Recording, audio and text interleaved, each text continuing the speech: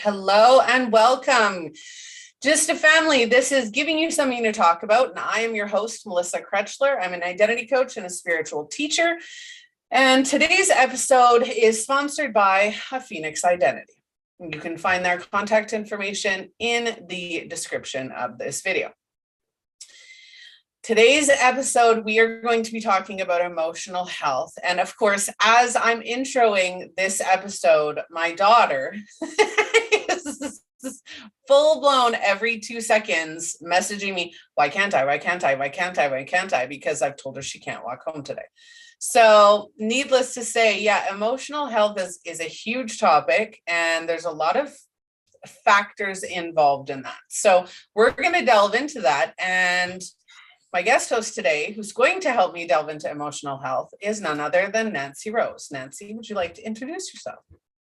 Sure. I'm Nancy Rose. I'm from Northern Ontario, Canada, and I'm an energy optimization coach. I help other professionals and entrepreneurs elevate their energy and basically activate their creative brilliance so that they can succeed in what they want for their lives in all areas.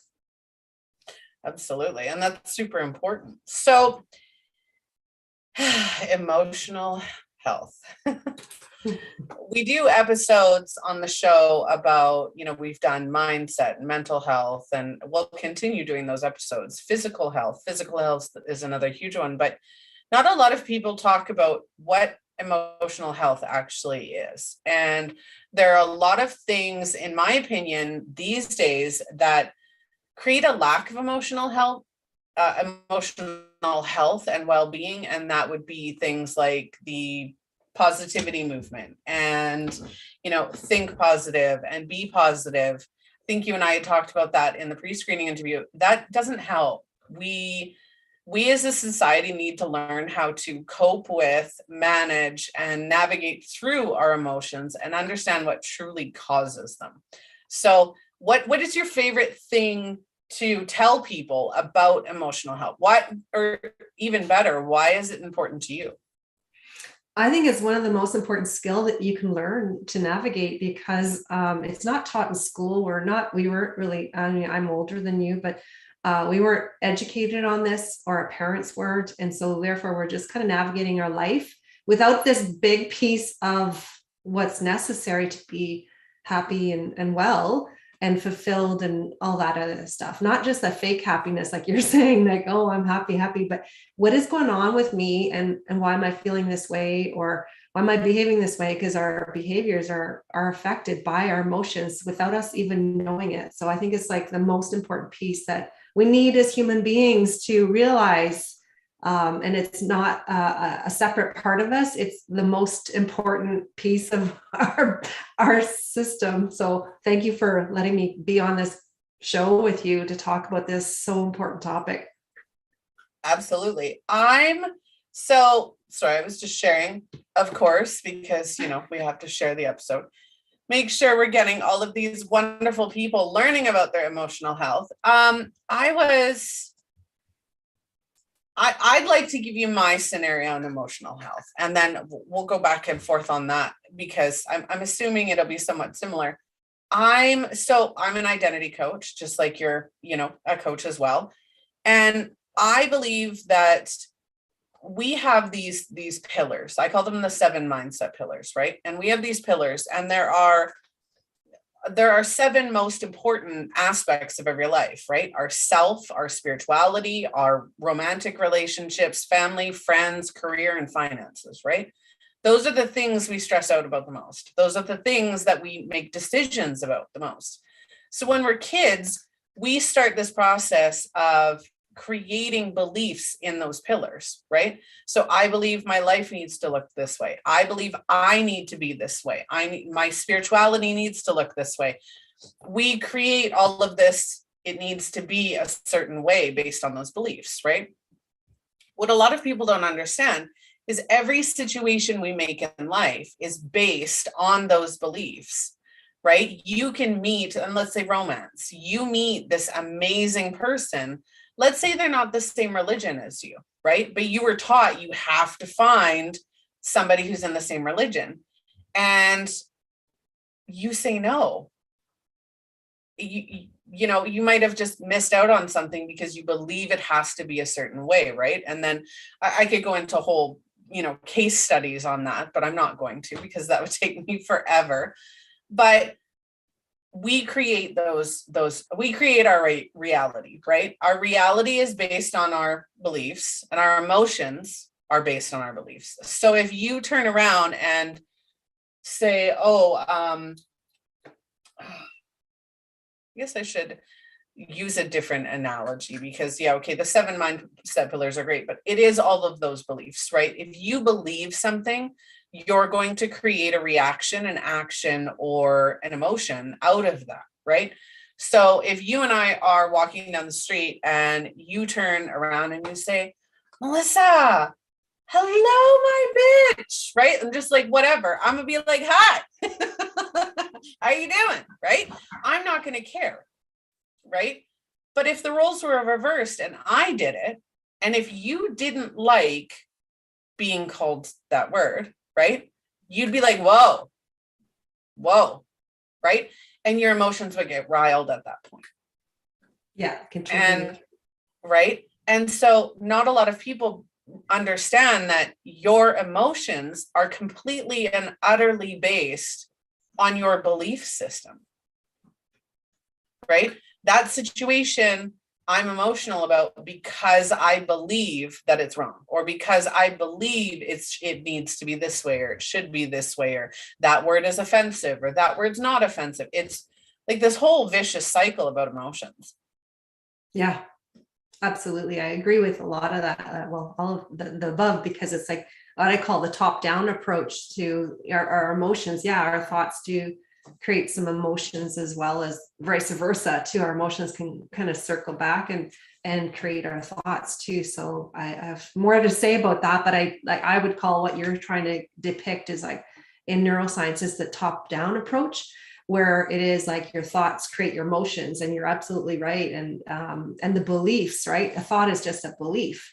So what you're thinking, your perception of what's the situation, it totally can trigger your emotions. So there's so much emotional triggering going on with what's going on in the world, but people aren't even understanding of what their thoughts and their beliefs are. I mean, me included. Like we're all we're all the same, in the same boat, right? But understanding how you're thinking and how you're feeling is like so important, because if you want to evolve or better your relationships or your health or your wealth, like it's all of that importance. So thank you for your depiction. So I'll let you share more, and we'll just keep bouncing, I think. Absolutely. And that's the whole point, right? Is our own experiences and our own thoughts on emotional health and well-being. I wrote down some notes that I wanted to talk about. So we got into emotions. Emotions are beliefs, right? That's literally, emotions are created by beliefs. So we talked on that topic. So what are emotions, right? It's a triggered belief. When it comes to when you first have an emotion come up, so whether that's anger, happiness, and we'll use the negative ones because everybody focuses on the negative ones, right? Anxiety, even. Anxiety is a feeling, but it's also an emotion, right? Because it's created by a belief that you need to be afraid or even anxious about something. So what do you think happens with most people when they get like a triggering emotion like that? If you don't know what's going on, you can either ignore it, judge yourself or judge the other person. A lot of comparing, judging, shaming, blaming, all the above. There's suppression, like, oh my God, like I don't want to say what I'm thinking because it's going to hurt the other person, or it's going to hurt me more. So I could shove it down and suppress it. So there's a lot of things that could go on with that, or cycle in that whole anger. Like if it's something or whatever the emotion is, like keep thinking and feeling. It's, I call it the mental emotional loop, right? Because you don't know how to kind of navigate it. So you get in the same thing. And then those circuits in your brain are just wired stronger and stronger, because emotion actually wires the thought and the memory stronger. So your emotions will really trigger your memories, because if you remember all the happy times or the sad times, you remember them because the emotion. If it's something blah, blah, blah, and nothing that's kind of holds an emotional charge, your memory is actually not going to hold it as well. So it really affects your memories, is that important. And yeah, absolutely.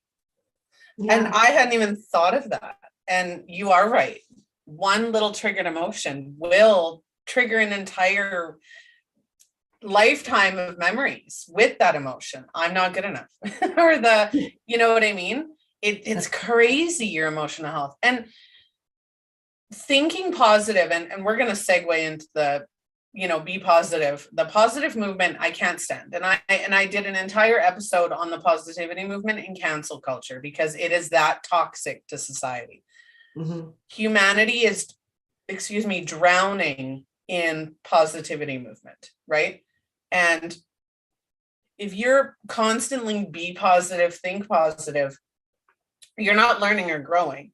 You're not learning how to cope with those emotions. I was talking, the very first episode I ever did was with my own son. And it was him that got me really to realize that I have coping skills when it comes to my emotions. I will feel every emotion that comes through. I'll acknowledge it. Where he wouldn't acknowledge it. He wouldn't talk about it. He would do things to remove that emotion.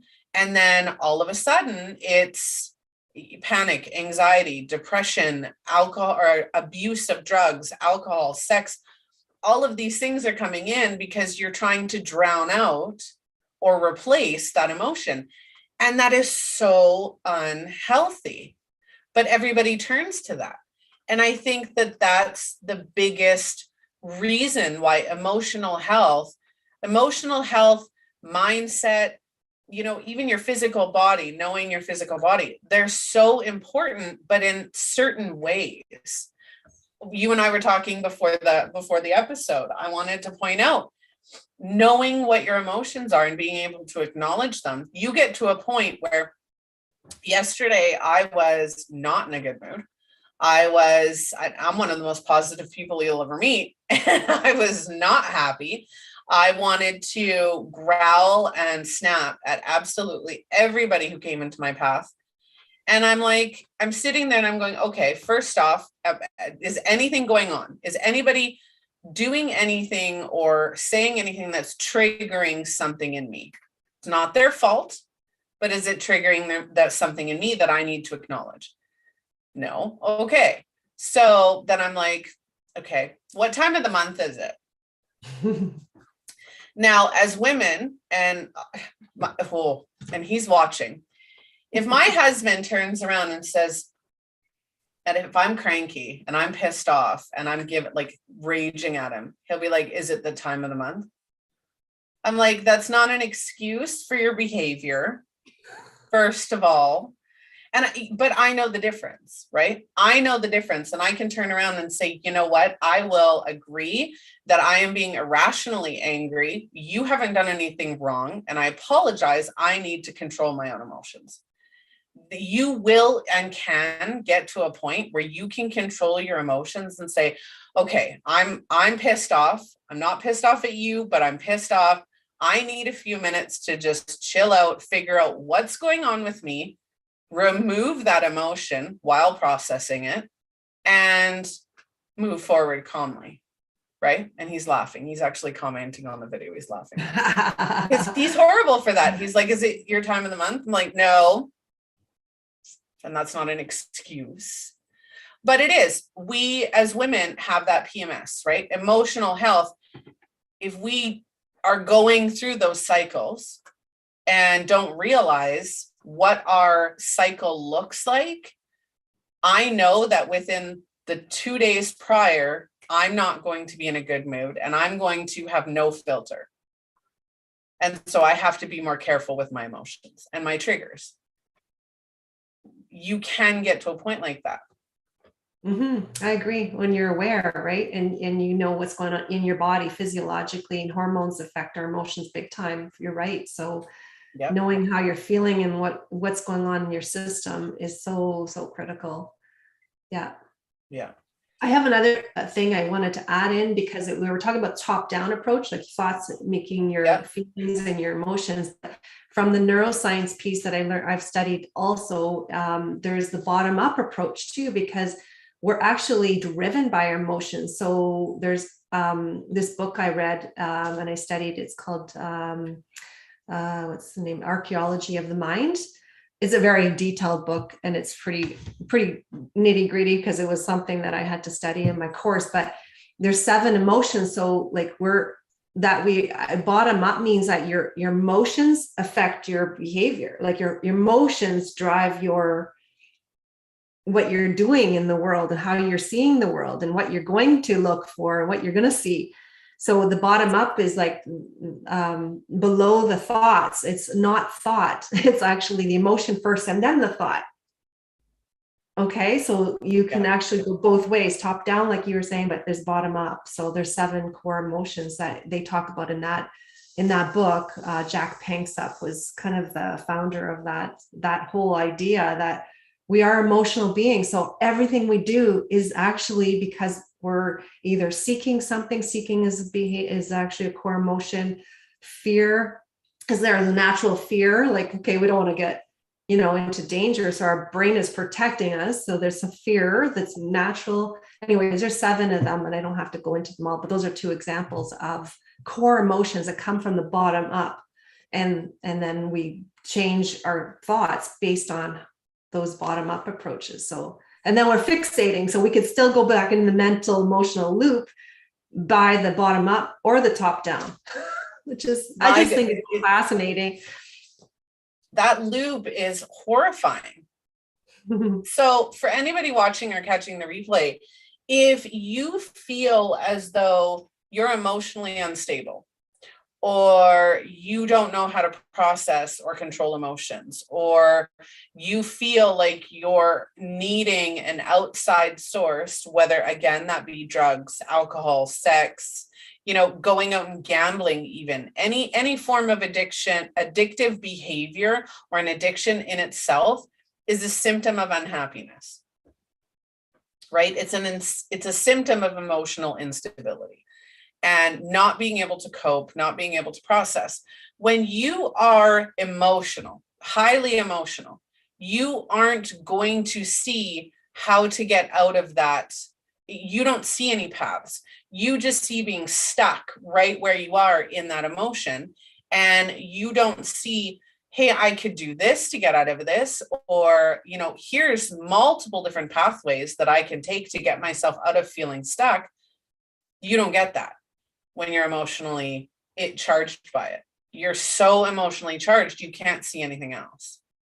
And that's horrifying to your body, to your mental health, to your physical health, to your energetic health, to your relationships, no matter what they are, family, friends, your business, your coworkers, all of that struggles when you have that emotional overwhelm. All of it. Emotions are a huge one for me. I love talking about emotions. I know. Actually, actually, if I go back in time 12 years ago, and what I was going through in my career and my family, and kind of work burnout, all of the above, addictions, everything, was all kind of like, the emotional piece of it. Just like, didn't know why I was crying. I was just sad, but I didn't know why I was sad and depressed and anxious and all these things. And I'm like, I don't even know why I'm feeling this way. I have a beautiful family, a great career, and everybody else outside looks like I'm doing well. But in the meantime, I'm closing the door at the office and bawling my eyes out. And so I can relate to those feelings that you're saying, is like, you can't see because you're missing data when you're all in that emotional overload, overwhelm.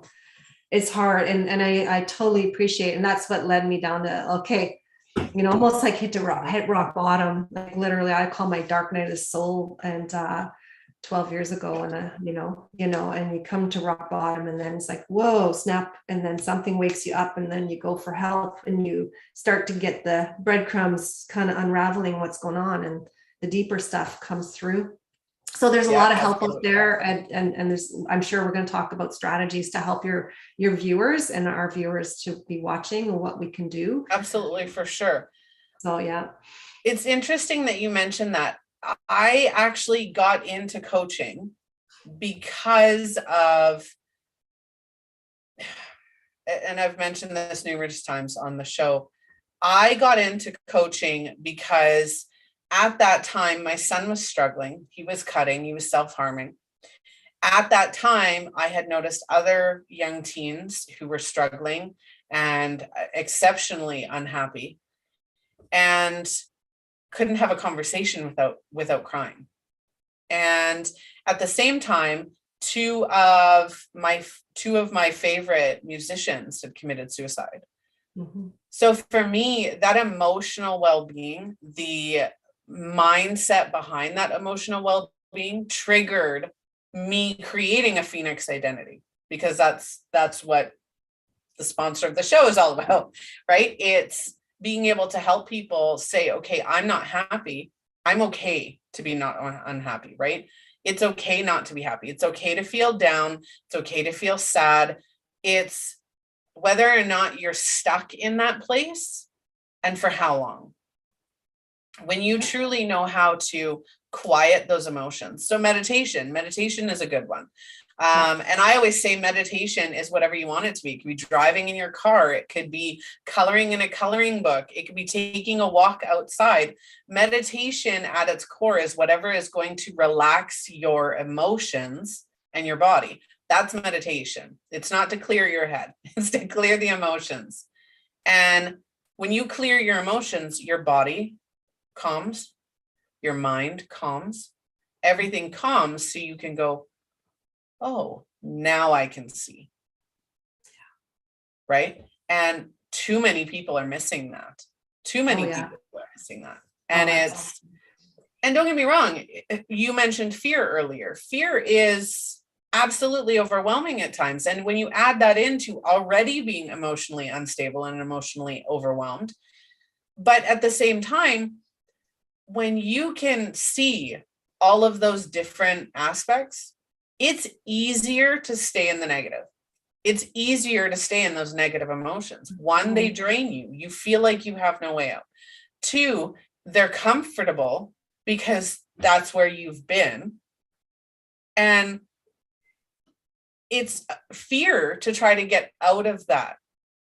Right. And a lot of people think, oh, well, if I be positive, and this is why the positivity movement was so key and was so beneficial, is because you ignored everything.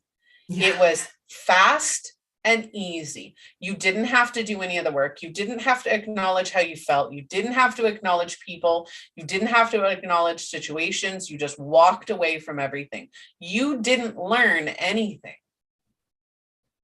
And that's one of the reasons why, and I don't say this very often, I hate the positivity movement because of that, because it's bypassing. You are literally just emotionally bypassing, and there's no benefit to that. Yeah, I agree. Totally. Bypassing is like an escape mechanism, actually, and you're not dealing with the root cause, which is something deeper. Because, if you're not acknowledging how you're feeling and navigating it, you can get addicted to your emotions, like you said, like you get kind of used to them. I'll call that like an emotional addiction. So totally. Yeah, absolutely. So what does emotional health look like to you? Thinking back that journey from 12 years ago, well, it's a lot, I would say. The ability to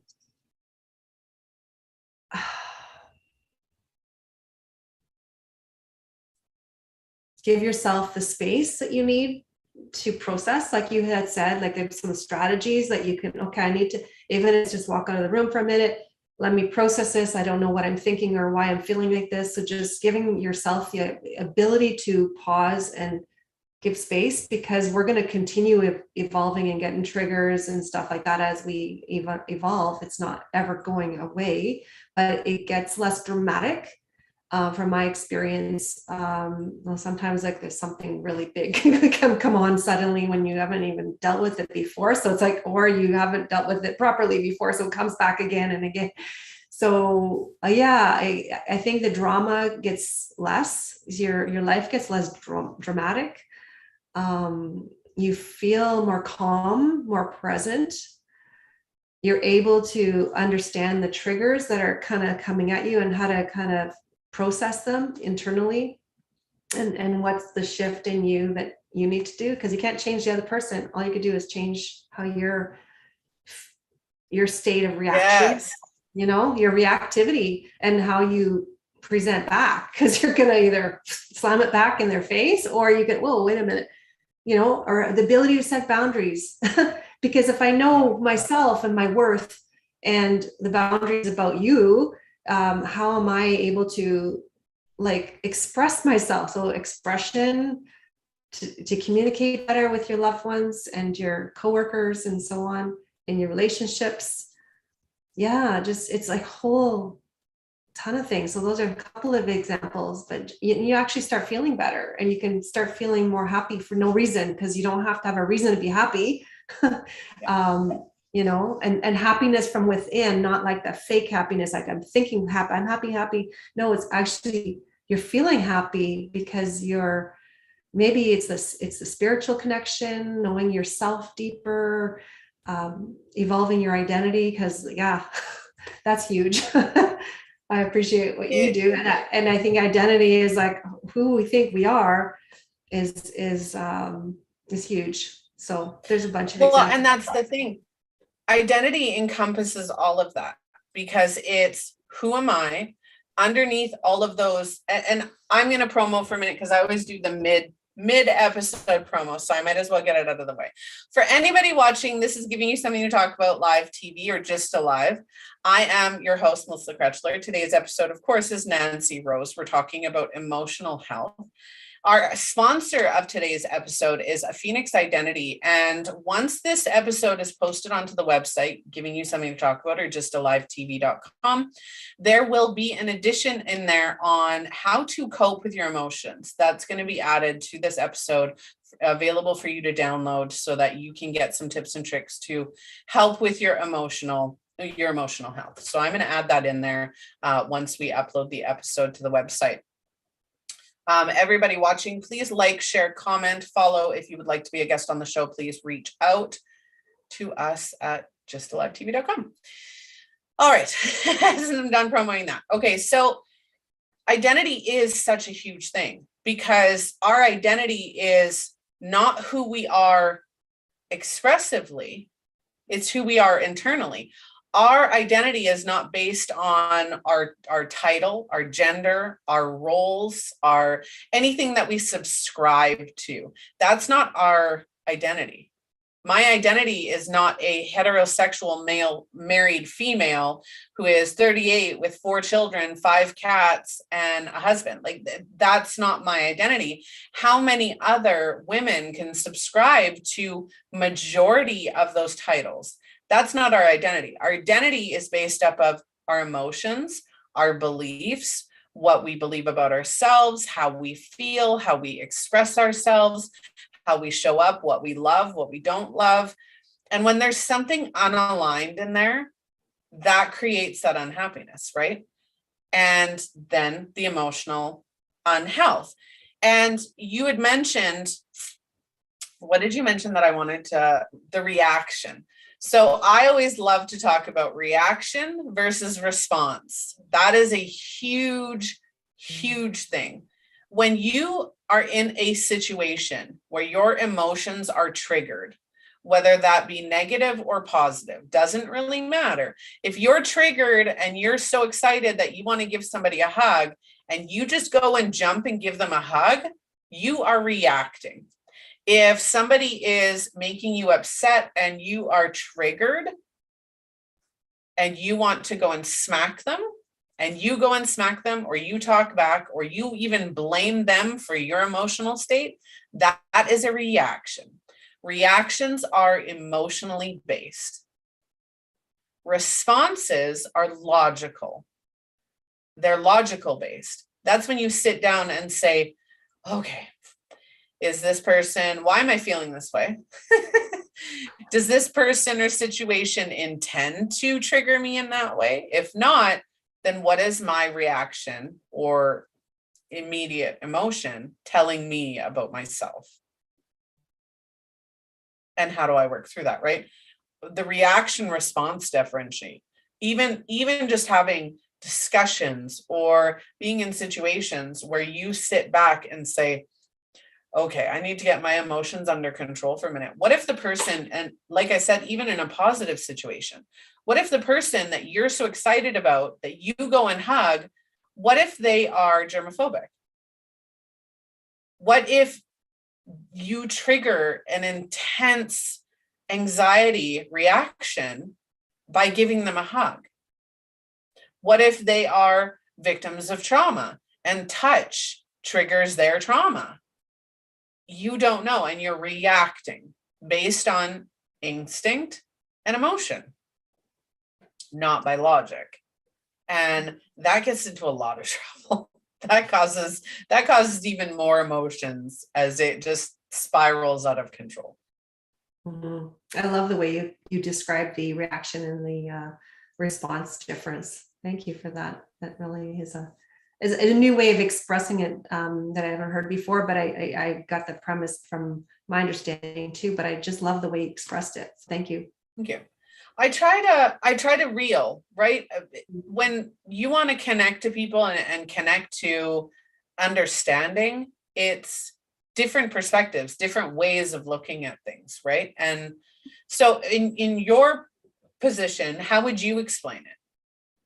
I think I would explain like the same way the reaction is definitely an emotional charge, usually that you're reacting because of the emotion, versus the response is like a mindful decision and more of a lot. So I guess decision and thought process is more logical and how you want to interact with that person, and represent yourself and how you articulate it. So language would be important, and how you feel about what you're saying. I don't know, there's a bunch of layers, but about, yeah, I haven't really thought about how I would say it, but more of an ability to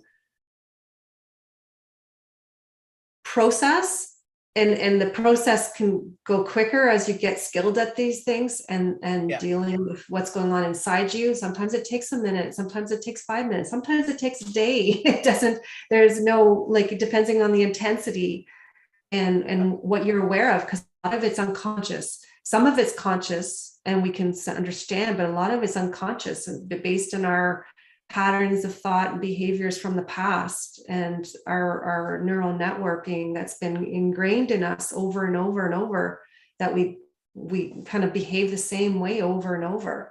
But if you want to change something that you don't like how you're reacting, you've got to learn to repattern the brain and that response versus reaction mechanism. And it takes practice. It takes understanding of how. If you don't know how, you can't change it. So yeah, for sure. Another example, and in a romantic sense, my husband and I fight every so often, right? It's healthy. Every relationship, there's arguments back and forth, but again, those are triggered by beliefs, right? If my husband and I are in a discussion or in an argument, I will say, I need a little bit of time. I am very angry. I don't want to take it out on you. I need to think and process. And I do that because I don't want to say or do anything that's going to hurt him that I can't take back in the heat of the moment. Yeah. Right.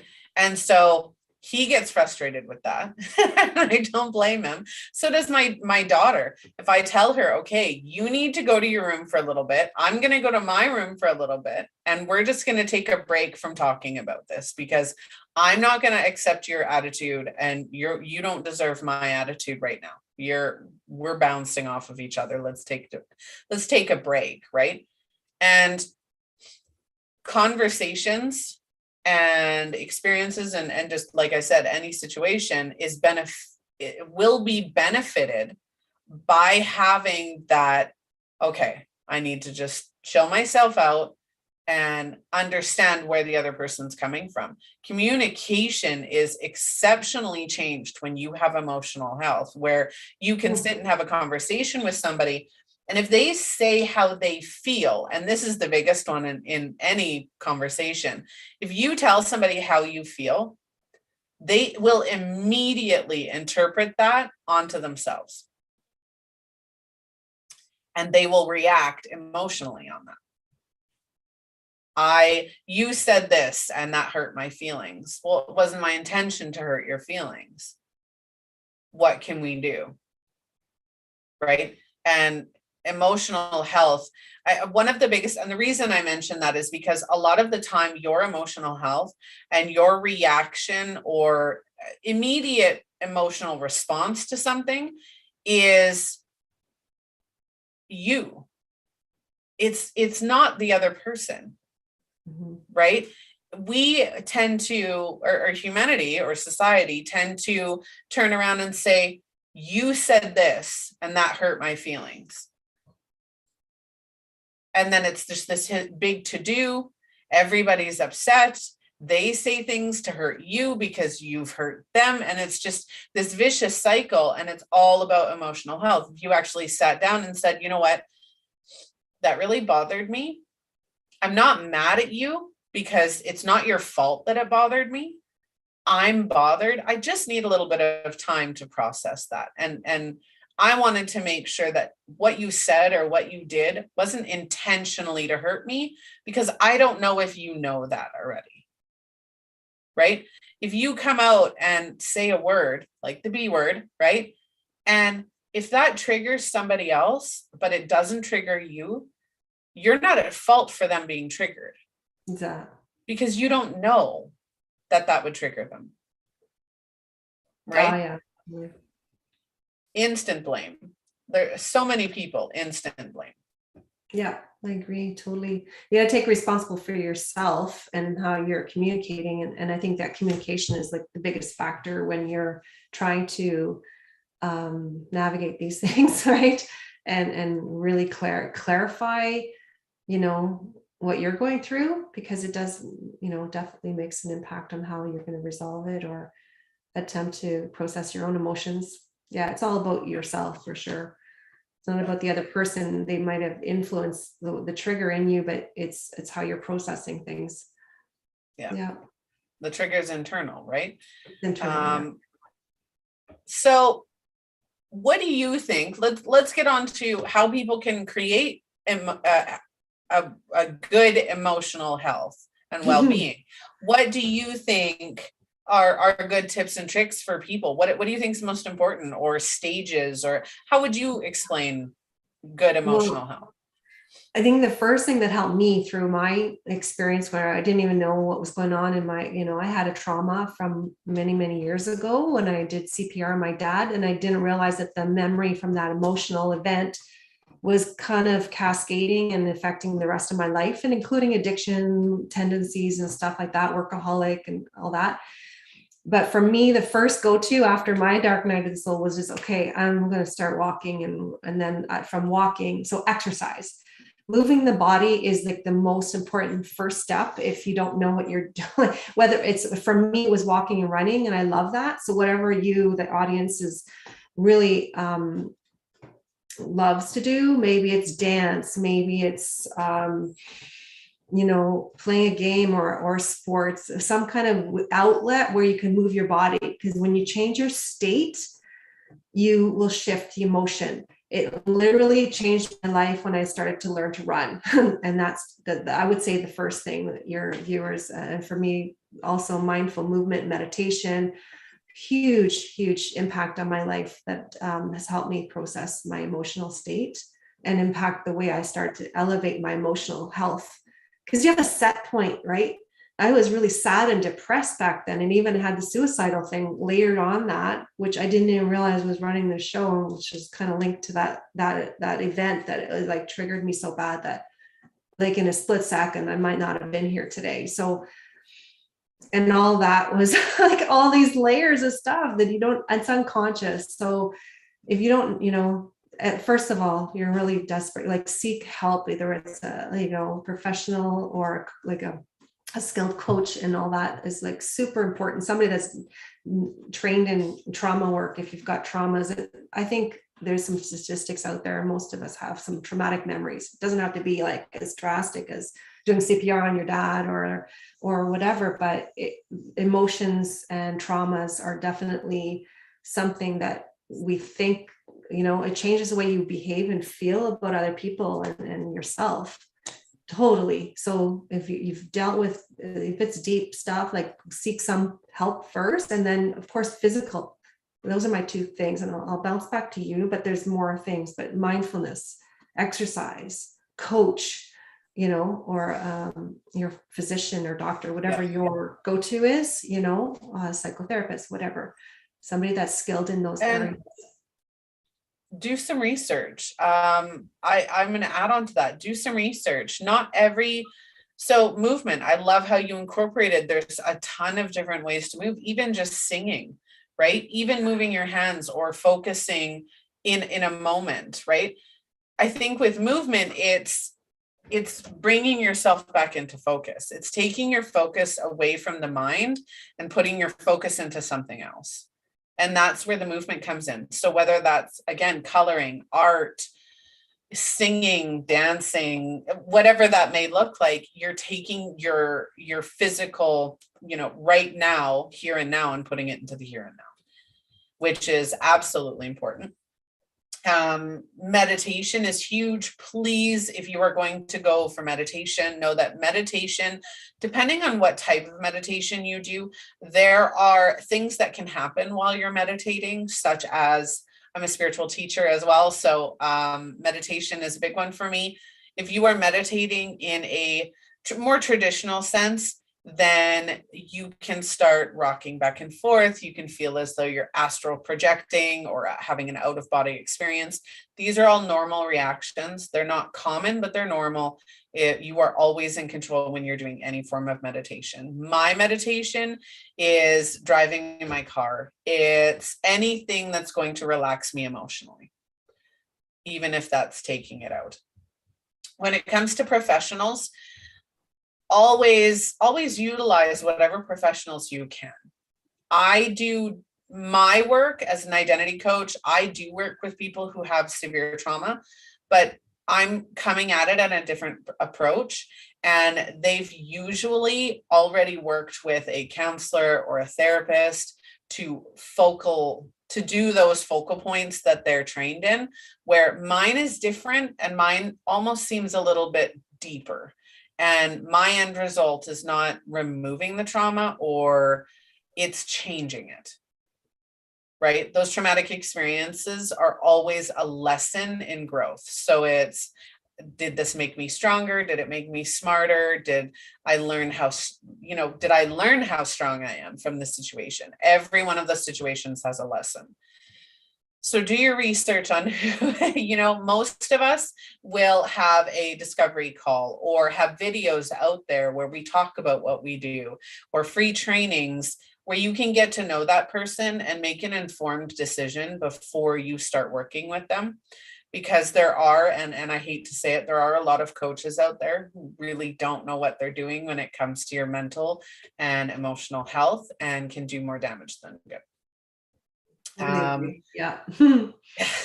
Totally agree, because you just I call it talk therapy. If you're talking about the problem and you're actually re-triggering the emotion, it's actually stronger. You're actually recreating that over and over again. So something like to be concerned about, if you're going to a coach and all you're doing is crying and crying and crying, yeah, sometimes there's an emotional release. Absolutely.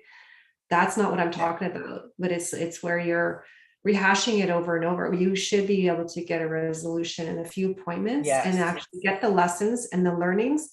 And actually disentangle, like the actual motion will go down. Like I call it memory reconsolidation, the processes that I've been trained in, but your memory with the motion is you still have the memory. Like I still remember my dad doing my dad's CPR. It's not like forgotten, but now there's actually no, like actually I don't have the motion of pain and suffering and the meaning that I was making of it that kept me going and recreating that in my life with other, like my mom's death and other things. So definitely somebody who's trained in all these things is so important. And you should be able to get a few sessions and have relief and understand a lot more about yourself and your emotional health when you have somebody that's really skilled and absolutely qualified to help you. Not there's a lot of, yes, I totally agree with what you said. People that are not trained in trauma.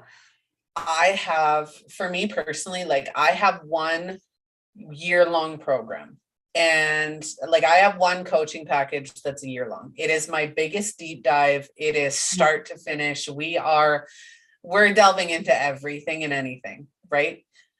But other than that, I don't want my clients to need me.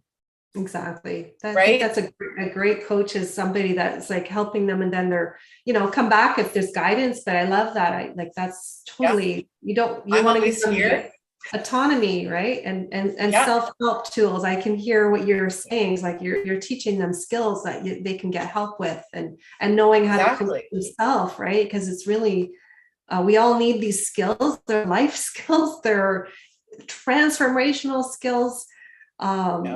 But until you know how, you don't know how to change. And I love that, what you're just saying, that you try to, here you go, and help them, It is, because I can teach you how I do everything, but my cats are fighting, but that's not going to help you if you don't think about it that way. Right? So my main goal is, okay, let's learn about you. First, we're going to identify your identity. Right? Who are you and what is not working? Right? That's why I went with a phoenix identity, because if a phoenix is unhappy with its life, it burns it to the ground. And then it says, okay, who am I? Who am I? I'm a phoenix. So if I'm a phoenix, I'm going to recreate myself as a phoenix. And I always tell people, it's not changing who you are, it's changing how you express yourself. And that's the biggest thing, is your emotions, your physical appearance, everything is an expression of how you feel because of those beliefs. So changing those beliefs change how you express them. It changes how you feel about yourself. And that's golden. But yes, so when it comes to emotional health, my tips are, and this will be in that download that I'll be offering through a Phoenix Identity, is number 1, acknowledge how you feel. Whether that's writing it in a journal, whether that's telling another person, whatever that acknowledgement looks like for you, you need to acknowledge your emotions, your feelings, your emotions, your thoughts. You need to acknowledge them. Because if you don't acknowledge them, they're going to stay right there, or they're going to just continually come back in this, wholehearted cycle, and nobody wants that. The second part is looking at why you're feeling that way. Did something happen? Did you come in contact with a certain person? There are people in my life, as soon as I come into contact with them, I'm already emotional, because that's my belief of them, right? I get involved. My own mother, I don't even talk to my mother anymore, because my emotional reaction to her, or even my emotional response logically, is no, right? And anxiety, pain, there's a lot of that with that. And so I've processed it and said, okay, no, we're not going there anymore. But again, in a healthy way. And there's a lot of steps to go into that. And going into all of those details is not okay right at the moment. But number 1, acknowledge how you feel. Number 2, relax those emotions, and then try to ask yourself what triggered them in the first place. Was it you? Was it somebody else? Was it a situation, event? Is something going on in the world? What created that emotion? And if you can't figure that out, that's okay too. It is okay not to know what created it. It's okay to not know why you're emotional. It's okay, because a lot of people go through that. If anything on these shows, I want to highlight that you are not alone. I want to make sure everybody feels like they are part of an inclusive community where they can come and say, I feel that. I understand that. I'm not alone. That's the point of this entire show, not just this episode, but all the shows, is inclusivity, building a community of self-help, self-development, love, and understanding. That's what these shows are all about. And emotional health is one of the biggest aspects of that, because if you don't feel like you're well, if you don't feel healthy, if you don't feel pretty, if you don't feel worthy or loved or safe or supported or non-judged, you need to work through that.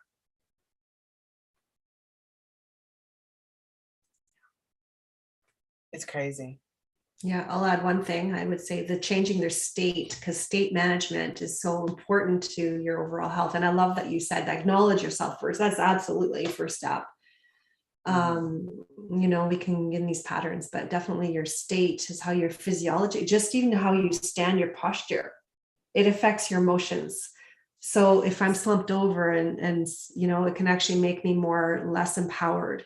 So just shifting how you sit and putting a smile on your face, and not a fake smile, eventually, it's like from the internal smile, that's what we want to get, get the clients towards that. But changing your state, whether it's putting music on, going for a walk. I always don't even know why I'm sad, but if I go for a walk, sometimes, that's why I'm feeling this way. And then it'll come. So sometimes, even if you don't know and you don't try to figure it out, just go for a walk or move your body. I teach Qigong, moving it physically through mindful, slow motions. It's like a grandfather Tai Chi. But yeah, moving the body and changing environment or changing your state with whatever tools that you do. I love the way you introduce the singing, as a tool to help with that health, because some people are gifted singers, and that's not me. That's not one of my things. That's why my happy place is driving in my car or having my music blaring in the house, nobody home. I'm singing at the top of my lungs like a dying animal, and I'm okay with that. The thing with emotions, and the reason I say singing, every emotion has to have an outlet. You have to be able to release those emotions. That's why, another reason why the positivity movement never worked, because you're not removing that negative emotion. It's still there. It's just buried. Eventually it's going to erupt like a volcano, right? And it's going to burn everything to the ground anyway. So why not start it yourself? But every emotion has to have an outlet. You think about your worst day, or you in the biggest mood ever, whether you cry it out, whether you fight it out, whether you punch a punching bag or go to the gym and take kickboxing, whatever that looks like, there has to be an outlet for those emotions, because that emotion gets retained as energy. And that energy will, if it's negative energy, or if you're too high vibe, I can't stand the high vibe, but if you're too high vibe, you're going to burn out. Can I say something about that? It just reminded me of a really cool thing that I remembered when I was going to yoga. When I first did, my breakthroughs, when I went to the physical first, and which is still my go-to first, because when you put it physical away from and just do it mentally, it doesn't always work. So I always say physical and emotional, mental. But where was I going with that? Oh, the emotions. It only really, when you're having an emotional event, literally, like you said, let it out. If you're by yourself and you want to cry, whatever, or even in front of other people, there's no shame in tears, right? But it depends on the situation naturally. But 60 to 90 seconds. So when I'm teaching other people or even just my family, it's like, if you're feeling something and you need to cry, if it's, sometimes it's tears, sometimes it's not, but let the emotion bubble up. It's energy. Move through your body and mindfully be aware of it. And then in 90 seconds, it's gone. I taught somebody that the other day, and like in 90 seconds, if you just watch it and feel it and let it process, even if you don't have to figure out why you're feeling it. But one day I was having this grief and I'm like, okay, I know what I learned this. And I'm like, I don't know if I learned it from somebody or it just came to me. And I'm like, okay, here it is. And it was coming from my belly up, really like a massive amount of grief that I was processing. And I didn't even know why or what the grief was about. And then I just like imagined blacks. I just like, okay, I knew it's only 60 seconds. So feel the grief. And it was literally a ripple effect. And like, and then I just used the visualization technique, and then I black smoke visualizing coming out of my mouth. Like I just wrote, that was a dramatic one, but that was like, no, I don't know why the grief was there. After I learned some other techniques and tools, I'm like, oh my God, my body needed to purge that grief. And it came out literally in my imagination as black smoke coming out of my body, like literally out of my mouth. So if you have a tool like a visualization, but knowing 60 to 90 seconds, and it's gone. And then you can do some thought process if you need to later. But wow, what a freeing thing when it comes out of your body and frees your mind, and it gets easier. Yeah, that was like a dramatic one, but yeah, like sometimes it's now just, okay, if I'm going to cry, I cry. Okay, I'm going to give myself 90 seconds and I'll let this really cry. And then it's out of my body, and then I can deal with it. So I don't know. That's my strategy. And I don't know if you have anything else you want to add about the 90-second rule. It's like, did you, no, I keep thinking about, did you ever watch Supernatural? No. Okay, so Supernatural, for anybody who's a Supernatural fan, I watched all the seasons because I loved it. I thought it was hilarious and funny and great. And they were good looking, so that helped too. Sorry, dear. But when it was all about the supernatural life, right? And so when you were talking about this black smoke, whenever somebody was possessed, they would like spew this black smoke, and it would just go flying out of their mouth, right? So it's the first thing I thought of. And it is, you have to be able to release that energy in whatever way, shape, or form. Screaming, how screaming at the top of your lungs, grab a pillow and scream into a pillow, and you're just like, when you're done, right? Those intense emotions, how do you feel when those intense emotions are done? Like if you've had a really emotional day, you are wiped at the end of that day. That's positive and negative emotions. That's why when people are like, oh, you need to be high vibe. And I'm like, no, you don't. If you try to be high vibe all the time, you're going to burn out. And on Friday, we did occupational burnout, and we touched on that a little bit. High vibe equals burnout all the time. If you are constantly high vibe, you will burn out because you're not releasing any of that energy. I kind of agree. And there's a part of me disagrees with that, because if you're high vibing, but it's like a high vibe from inside, like your soul's happy and you're really feeling good, doesn't mean you're not going to have the triggers, and you got to deal with your emotional stuff as it shows up, because it will.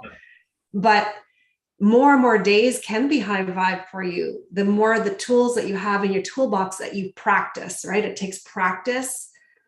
So like, I kind of like, I want to be a high vibe person, but it's not like the only thing I want to be. But I think the concept of what that means to you is a little different than what it means to me. To me, it's like, I want to feel joy from within out more and more and more. Oh, absolutely. If you're talking joy from inside out. So I should, like, if I have a smile on my face, it's because I'm happy inside, not like I'm something that made me happy from outside in, which is still natural to, oh my God, I'm so proud of my kid for doing this. Of course, but that's external, right?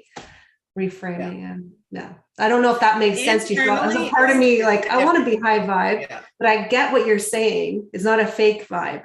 It's not like, and burnout is totally, I've had that in my life. And I know what that feels like too. So, Horrible. Yeah. Horrible. yeah. All right. Well, is there anything you'd like to add before we end this episode?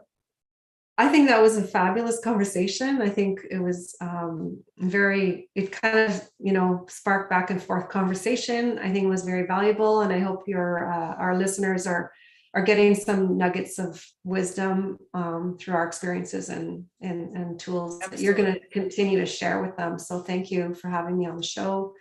I don't have anything else to add at this time. I think it was fun.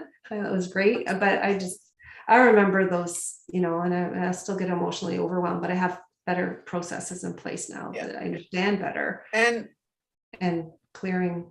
Yeah. We all have the ability, right? Even for people like you and I who've mastered our emotions, there's still days where you're like, no, I'm not having it. Or, PMS days where you're like, just like, unfiltered and ragey at everybody. There's always going to be that, but there is a way to learn how to control your emotions in a healthy way so that you do have emotional health. So I love this episode. I want to thank you so much for joining me today. It was a great back and forth, and that's what I want on this show, right? Just real people talking about real topics, having a real talk, right? And not like this scripted and staged. And I don't even edit the episodes. I'm just like, hey, this is what it is. We're doing it. It's great. All right. Well, again, thank you, Nancy, for joining me. Fantastic episode. For anybody watching Just a Family, I would like you to, if you want to connect with either myself or Nancy, you can do so. Our links are in the description of this video podcast if you're watching the replay. If you would like to be a co-host, or if you would like to see a topic featured on the show, or if you'd like to be a sponsor, please reach out to me. We are always looking for more people to get involved with the show. You can find us at www.gystattalivetv, so gystalivetv.com. And that's where you can find all the episodes. You can even watch the episodes straight off of the homepage. We are now live on the homepage of the website Monday to Friday at 2. This episode has been sponsored by A Phoenix Identity, which will be sharing a emotional kind of guide / checklist, helping you maneuver through your emotions. If you would like to reach out to them, you can do so. Again, link in the description. Please like, follow, and share. Subscribe to our newsletter. We do also have a blog, so that is another awesome, exciting part of the show. And I think that's it. Again, thank you so much, Nancy, for joining me. Much love. Yeah, thank you so much. Absolutely. Well, much love, Just a Family. I will see you on the next episode.